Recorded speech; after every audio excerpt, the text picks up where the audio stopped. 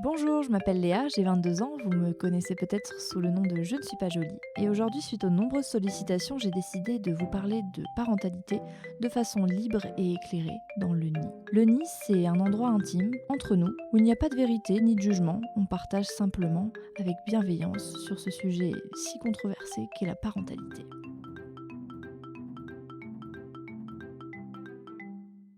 Le nid, c'est aussi le podcast des parents qui m'inspirent. Des mères et des pères qui nous montrent un chemin parfois inconnu, une nouvelle vision de la parentalité. Ces portraits d'hommes et de femmes, j'ai décidé de les partager avec vous au micro du nid.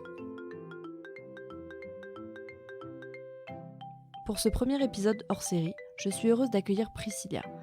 Maman de Rose, 27 mois, elle a quitté l'éducation nationale pour s'occuper à plein temps de sa fille.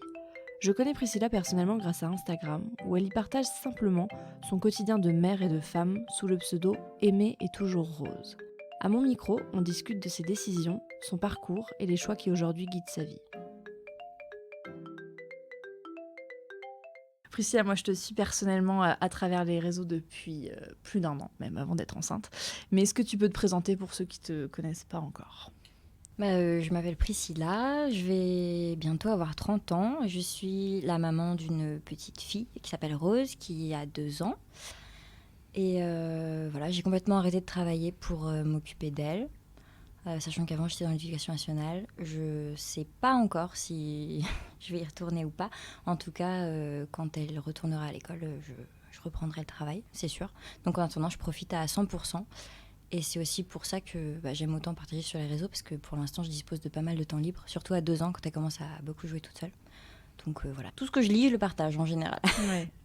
Ça, c'est une mine d'or pour les mamans, les futures mamans, les papas. Je sais que ça m'a beaucoup aidé à appréhender aussi ma maternité, même mon allaitement. D'utiliser les réseaux de cette façon, c'est vrai que je trouve ça hyper intéressant. Et du coup, c'est vrai qu'à travers ces réseaux, on voit que tu es une maman hyper déterminée. Enfin, je trouve une maman hyper à l'aise.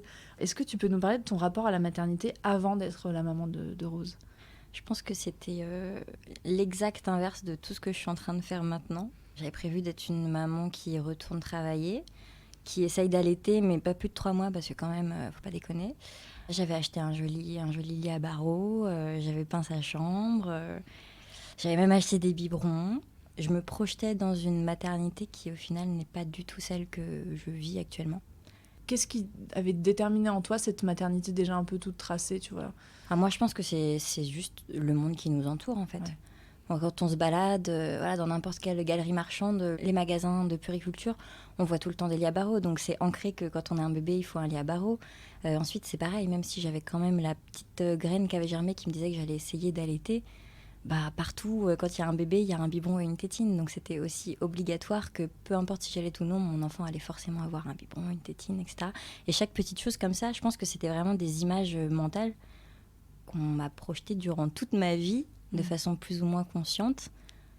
Et voilà, du coup, pour moi, c'est vrai que c'était en fait une évidence. J'avais pas vraiment réfléchi de moi-même. J'avais réfléchi avec ce que j'avais déjà dans la tête toutes ces années, quoi. Et par rapport à toi, comment tes parents avaient pu être avec toi, est-ce que ça a joué sur l'image que tu t'étais faite de cette maternité ?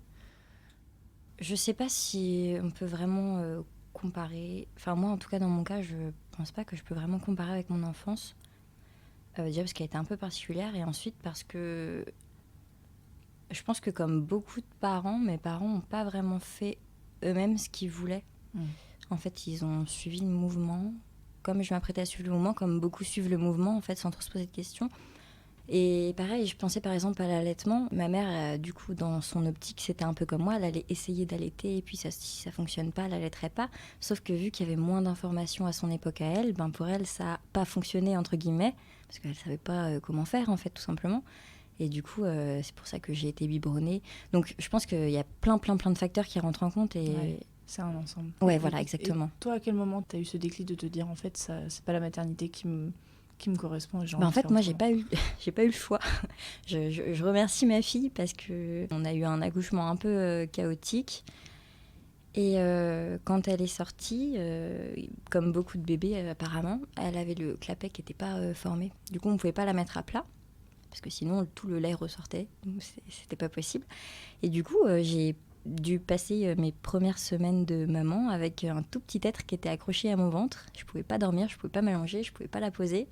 Et du coup, en fait, ça m'a fait repenser à tout ce que j'avais imaginé parce que je me suis retrouvée avec un lit à barreaux dans une chambre dans lequel il était hors de question que je pose ma fille puisque de toute façon, elle ne pourrait pas respirer si elle était allongée dans ce lit. J'étais obligée de dormir collée à elle. Donc au début, c'était même pas un choix en fait au début. Et je me suis juste dit, bon bah maintenant, il faut s'adapter quoi. Il n'y a pas le choix. De toute façon, je ne peux pas faire autrement. S'il était hors de question que je fasse une espèce de fabrication avec un matelas surélevé où je l'attacherais au matelas, j'ai vu qu'il y en a qui font ça. Moi, personnellement, c'était pas possible. J'avais besoin de la garder contre moi. Je pense que le fait que l'accouchement était aussi bien chaotique, ça a énormément joué dans le fait que du coup, je me suis sentie encore plus en espèce de devoir de protection peut-être. Ouais. Et voilà, du coup, en fait, j'ai décidé de... Je crois qu'à un moment, je l'ai dit à mon mari, j'ai dit, bon, écoute, on va oublier ce qu'on avait prévu et on va s'adapter à elle, quoi. Parce qu'il n'y avait pas le choix. Elle avait des besoins qu'on n'avait pas prévus. Et ton mari, t'a suivi Les yeux fermés. Ah ouais. Oui, tout de suite. Ça là-dessus, c'est vrai qu'on a vraiment de la chance mutuellement de savoir parce qu'il y a même jamais eu de vraie discussion. C'était fluide, en fait. C'est-à-dire que même lui, il se rendait bien compte que de toute façon, si elle n'était pas sur moi, elle s'étouffait, elle vomissait, elle ne pouvait pas dormir, elle hurlait. Donc c'était logique, quoi. Est-ce que du coup, à ce moment-là, tu t'es dit, en fait, peut-être que ce que j'avais prévu, c'était ce qui n'était pas naturel, entre guillemets, ce que je suis en train de vivre, c'était peut-être ce dont elle avait besoin profondément. Moi, je sais que j'ai été un peu dans la même situation que toi, c'est-à-dire accouchement très chaotique, un bébé qui réflexe de Moro super fort, donc impossible de dormir sur le dos, et un bébé qui dormait sur ma poitrine pendant les premiers mois. Voilà. On a l'habitude de les conditionner de cette façon, et ça fonctionne comme ça, mais si on laissait l'enfant vraiment exprimer son besoin premier, profond, est-ce que finalement on ne retournerait pas à ça, en fait, à la proximité ultime Moi, j'en suis persuadée. C'est étrange à dire, mais je suis presque heureuse, en fait, de ces premiers mois et du fait d'avoir pas pu la poser parce qu'elle m'a forcée à me reconnecter à la nature, en fait. Vraiment, j'ai replongé dans ce qu'était vraiment, pour moi, la maternité, un petit bébé qui sort du ventre de sa mère. En fait, ça m'a remis complètement les idées en place, quoi. Et du coup, l'allaitement, comment est-ce que ça s'est mis en place L'allaitement, je crois que j'ai vu à quel point j'y tenais quand à l'accouchement, elle n'a pas pu téter parce qu'elle était complètement dans les vapes. Donc il lui a fallu une dizaine d'heures pour réussir à faire la première tétée. J'étais dans un état de stress pas possible et je crois que c'est là où je me suis dit je fais la maline à dire que je veux essayer, mais en vrai j'y tiens. J'ai pas du tout envie qu'elle ait un biberon. Et voilà. Ensuite elle a réussi à téter, ça s'est super bien passé. Franchement, j'ai pas eu de problème avant super longtemps.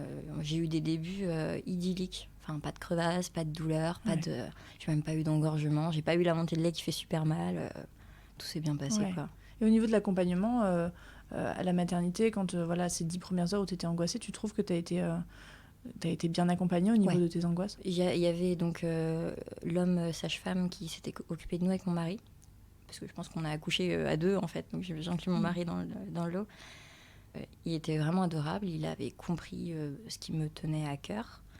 J'avais rédigé un projet de naissance sur une page recto verso, donc je pense qu'il avait bien compris que j'avais certaines attentes, que j'avais pas envie de faire forcément comme tout le monde. Je sais pas si c'est bien ou si c'est mal, mais en tout cas, j'étais pas venue les mains vides, je l'avais forcé à lire le projet de naissance.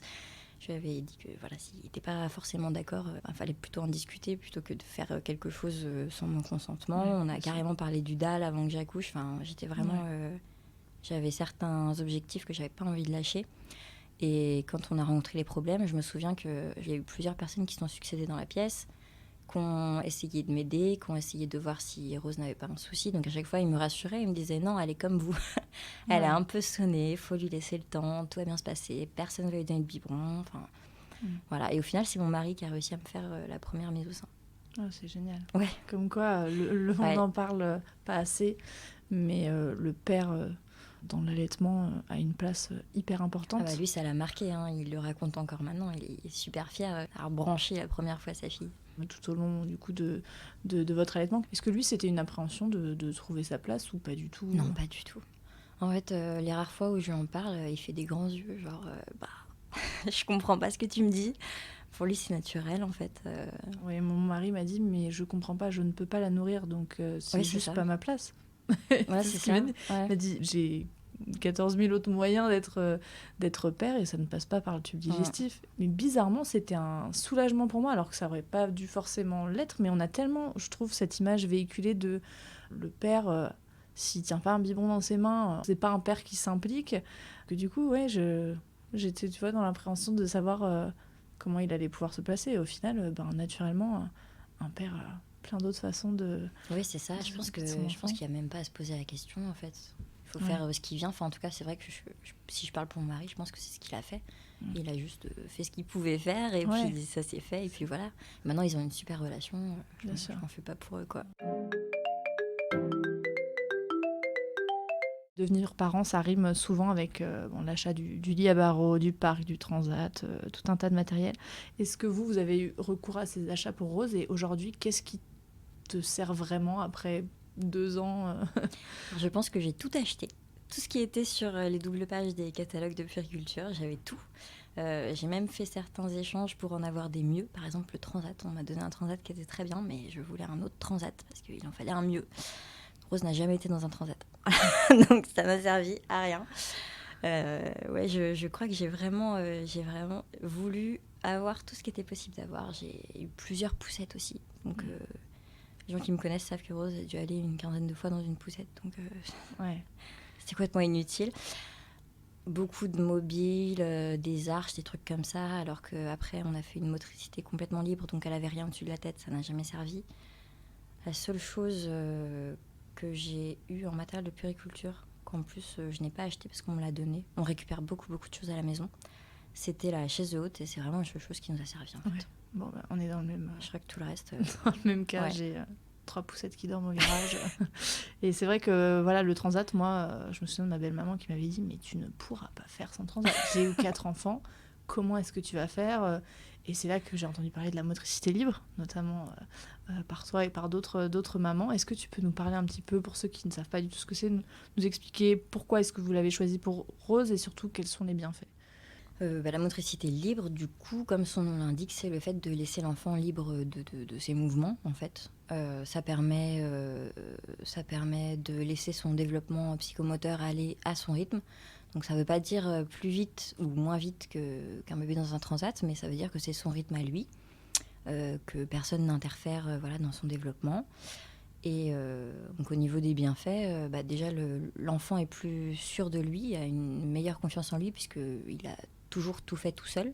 C'est-à-dire que personne ne l'a jamais mis assis, personne ne l'a jamais retourné, personne, etc. ne l'a jamais fait marcher. Quand il marche, c'est tout seul. Quand il s'assied, c'est tout seul, etc.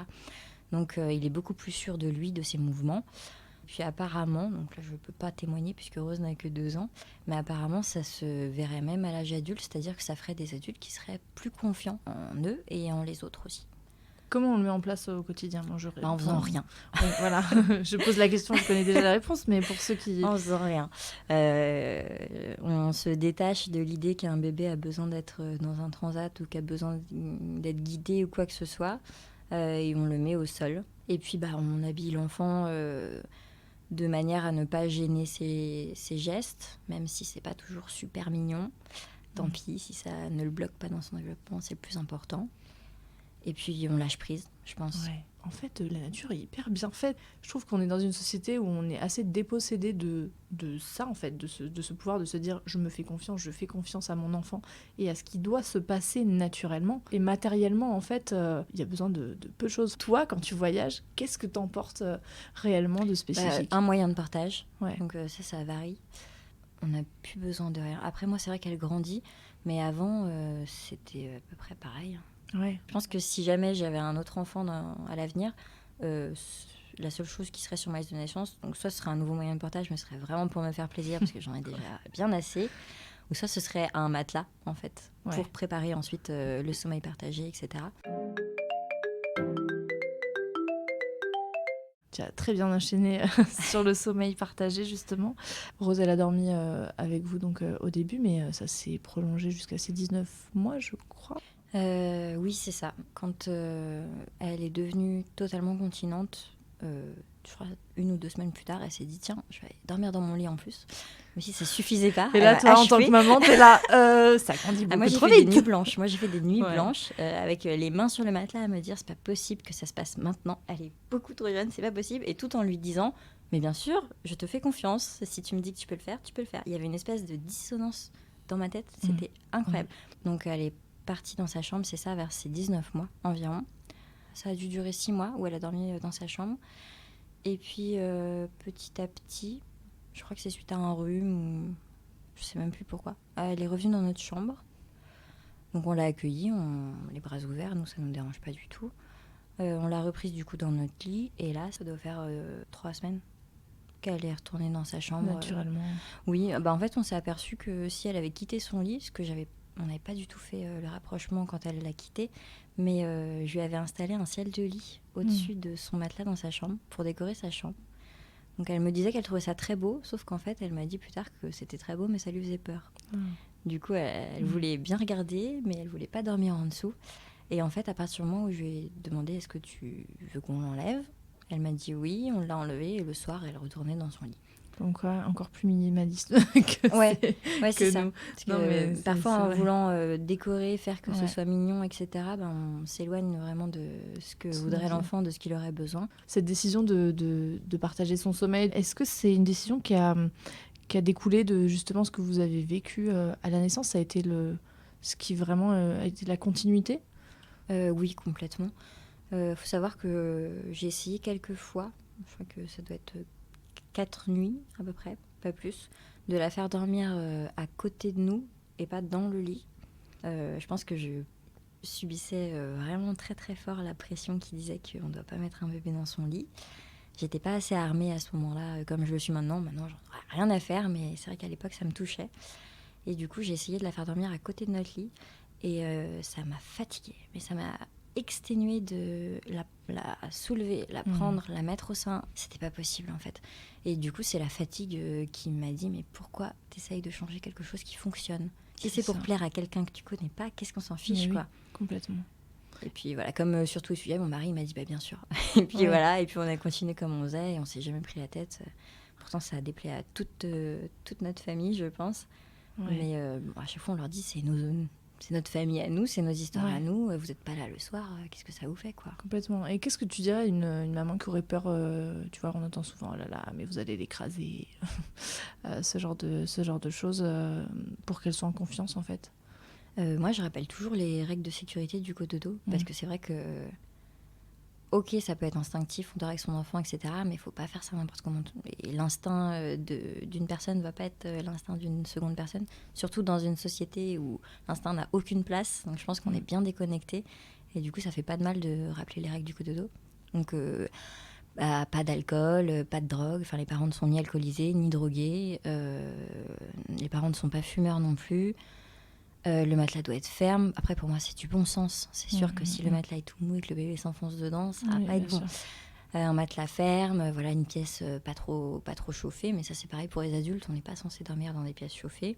Et puis, voilà, les premiers temps, pas de couette au-dessus du nombril, les oreillers loin de l'enfant. Et puis, prévenir toutes les personnes qui dorment dans le lit qu'elles dorment avec un bébé. Et à partir de là, tout roule, il n'y a pas de souci. Et en général, je rappelle aussi qu'au Japon, où le sommeil partagé, c'est la norme, le taux de mort subite du nourrisson, c'est le plus bas du monde.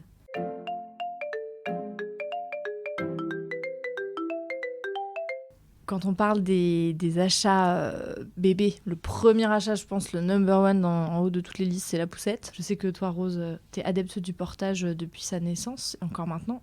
Pourquoi est-ce que tu as fait ce choix et quels sont les bienfaits que tu remarques déjà chez Rose et pour toi? J'ai pratiqué le portage dès sa naissance, oui, mais j'ai aussi commencé la poussette. Voilà, son premier jour en portage, je devais avoir 4 jours. Et le lendemain, j'ai voulu tester la poussette parce que j'avais envie de tester tous mes super accessoires. Et pour le coup, elle n'a pas bronché du tout, mais moi, j'ai pas du tout apprécié l'expérience. J'ai trouvé ça très étrange. En fait, je promenais la poussette et pas mon enfant. J'étais loin d'elle, rien ne me paraissait normal en fait. Et du coup, c'est vrai que j'ai beaucoup privilégié le portage. Au niveau des bienfaits, je crois que ça favorise aussi le bon développement psychomoteur. C'est vrai que Rose, elle a été très tonique, très active. À 9 mois, elle marchait, quoi. Je ne saurais jamais dire si le portage a aidé ou pas, je ne pourrais pas savoir. Mais en tout cas, voilà, pour nous, c'est vrai qu'elle elle a été très active sur le plan psychomoteur très rapidement. Et puis, ça nous sauvait pour les coliques. Ça, c'est quelque chose qui est connu. Et c'est vrai que Rose a souffert énormément de coliques, qui, je pense, pour moitié, étaient plutôt des crises d'allergie, parce qu'ensuite, on a vu qu'elle était allergique au lait de vache. Donc, je pense qu'une colique sur deux, c'était pas vraiment une colique. Mais c'est vrai qu'à chaque fois qu'elle souffrait, c'était magique, quoi. On sortait à l'écharpe et elle se calmait instantanément. Et je trouve aussi, d'un point de vue extérieur, il faudrait demander à mon mari son avis, mais que ça a énormément aidé dans la construction du lien père-enfant. Parce que il a vécu une espèce de grossesse prolongée, où il l'avait vraiment contre son torse. C'était vraiment une toute petite boule de bébé en position fétale. Et je pense que ça a aussi beaucoup contribué à leur relation actuelle. Il n'y a pas longtemps, elle a décidé qu'elle voulait plus être portée par son père dans un moyen de portage, et ça lui a crevé le cœur, parce qu'il s'était beaucoup habitué, voilà, à pouvoir avoir aussi cette symbiose-là. Mais bon, après, si elle veut plus, quoi. Ouais, et je suis complètement d'accord avec toi. Moi, à la maternité, je l'ai porté en écharpe, et dès le retour à la maison, je pouvais plus le porter. J'ai eu quelques soucis après l'accouchement. Du coup, c'est mon mari qui j'ai donné une sorte de bébé cours de portage pour essayer de lui apprendre à manier l'écharpe. Et depuis, il n'y a pas un jour où il ne le porte pas. Je pense qu'encore aujourd'hui, il a 1 an, il le porte 4 heures par jour minimum. J'enchaîne sur un tout autre thème que tu abordes aussi très régulièrement sur tes réseaux, donc les VEO, les violences éducatives ordinaires.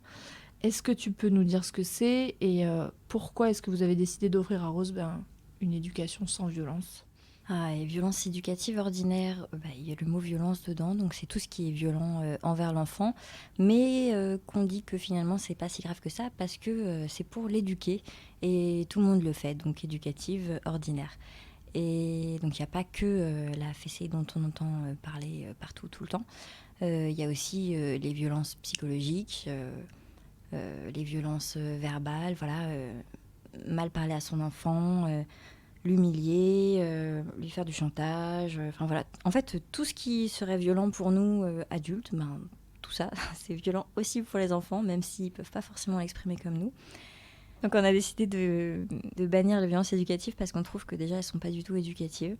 Toutes les études qui sont faites sur le sujet le démontrent bien que ça n'éduque absolument pas un enfant. Ça peut donner l'illusion mais on se rend bien compte qu'au final, en général, ce qui craint, c'est plus la punition derrière, que vraiment, il n'y a pas vraiment compris pourquoi on pouvait faire telle chose, pourquoi on ne pouvait pas faire telle autre chose, etc. Et en fait, on revient plutôt de loin sur ce sujet, puisque donc, en tant qu'enseignante, je pense que j'ai usé de violences éducatives. Ça m'a fait bizarre quand je m'en suis rendu compte. Et ce qui m'a fait encore plus bizarre, c'est de m'en rendre compte uniquement maintenant, à la naissance de mon enfant.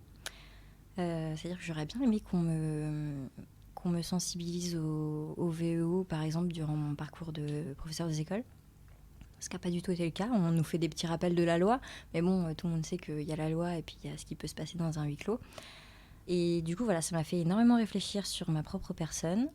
Je me suis juste demandé qu'est-ce que j'ai vraiment envie de transmettre à ma fille, qu'est-ce que j'ai pas envie de lui transmettre. Alors ça ne veut pas dire qu'elle va pas être en contact avec d'autres violences, je sais bien, elle vivra pas dans une bulle uniquement avec sa maman et son papa.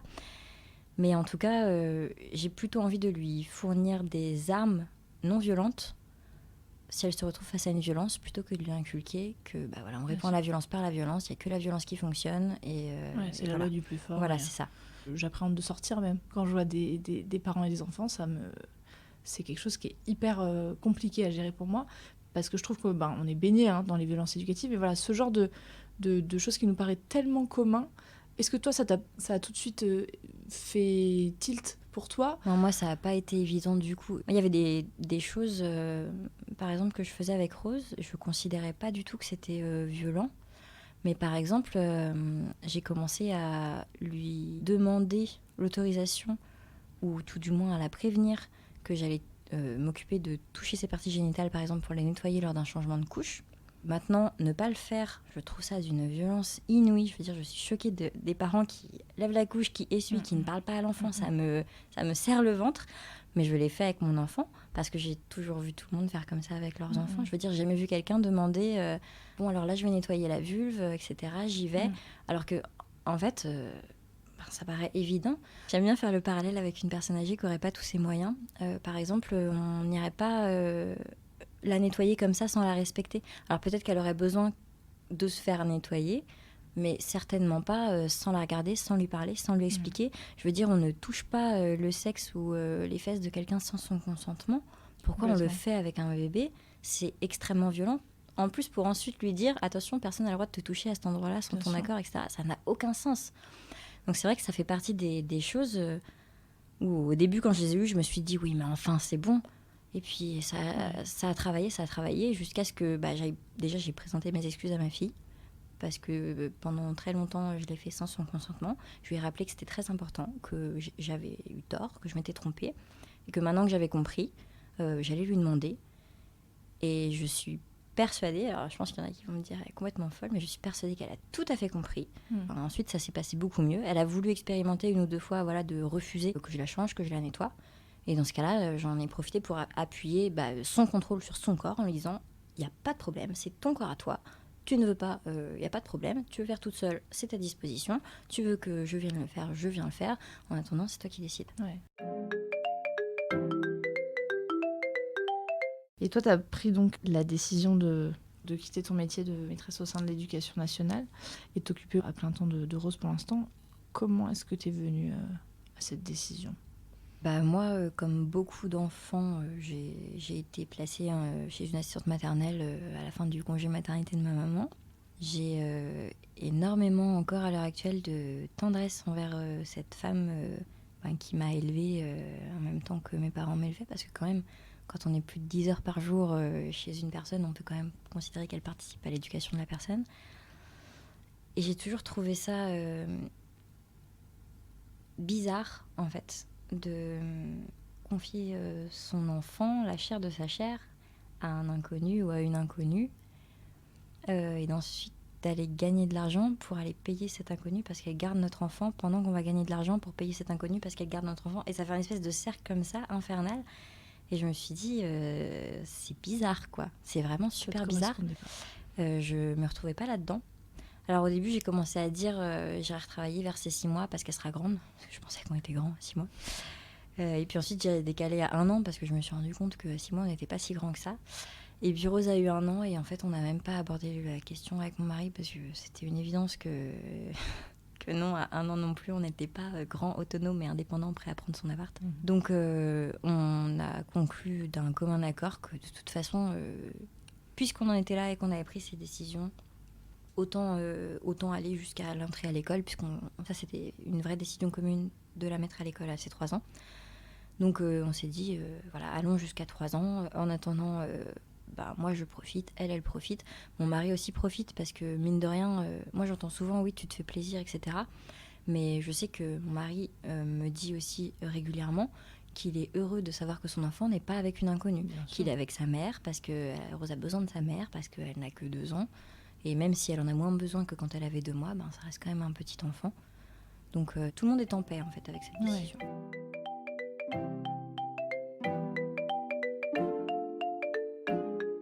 Merci d'avoir écouté Le Nid. Vous retrouverez toutes les informations de ce podcast dans la description. N'hésitez pas à nous noter sur iTunes et à nous faire tous vos retours. On a hâte d'avoir vos commentaires. Je vous dis à très vite dans un prochain épisode.